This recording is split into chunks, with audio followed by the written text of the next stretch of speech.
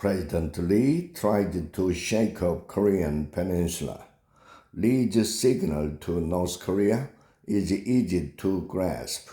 The two nations need a relationship that's on a more solid footing.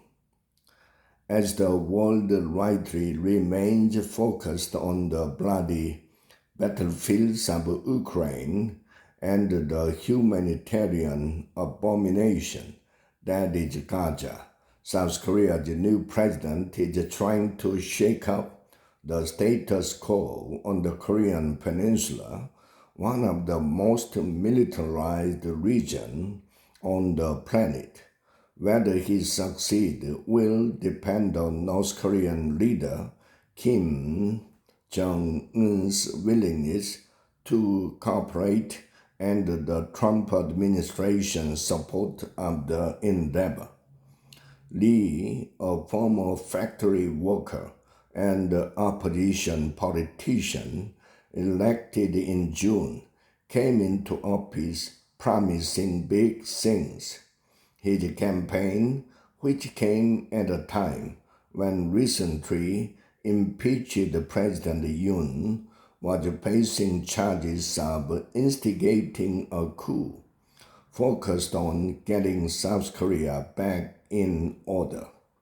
The country, one of Asia's leading democracies, is still recuperating from months of political turmoil and constitutional crisis after short-lived usurpation of power by Yoon, fizzled courtesy of South Korean troops who held their fire and civilians who came out to protest.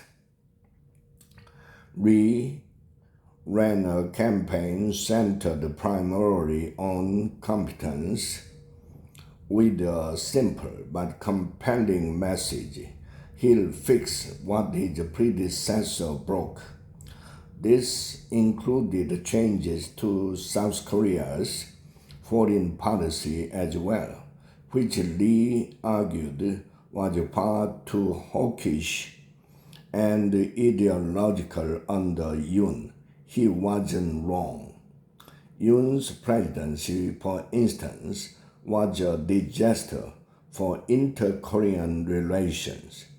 The disgraced president's North Korea policy leaned on the stick to the total exclusion of the carrot, with communication channels between South and North Korean officials falling apart, and the one big security agreement the two adversaries signed in 2018 dying on the table.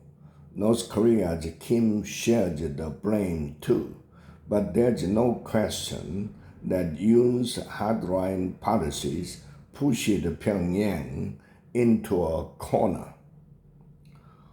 Bringing stability back to the Korean peninsula is a tall order for any South Korean president sitting in the Blue House.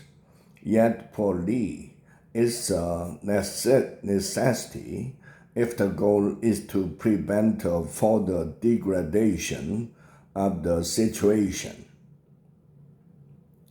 It didn't take long for Lee to start putting out feelers to the Kim regime. In contrast to Yoon, who was a fan of preconditions and wouldn't dream of handing the North Korean anything that could be seen as a concession, the new administration in Seoul is doing what it can unilaterally to improve the odds of détente.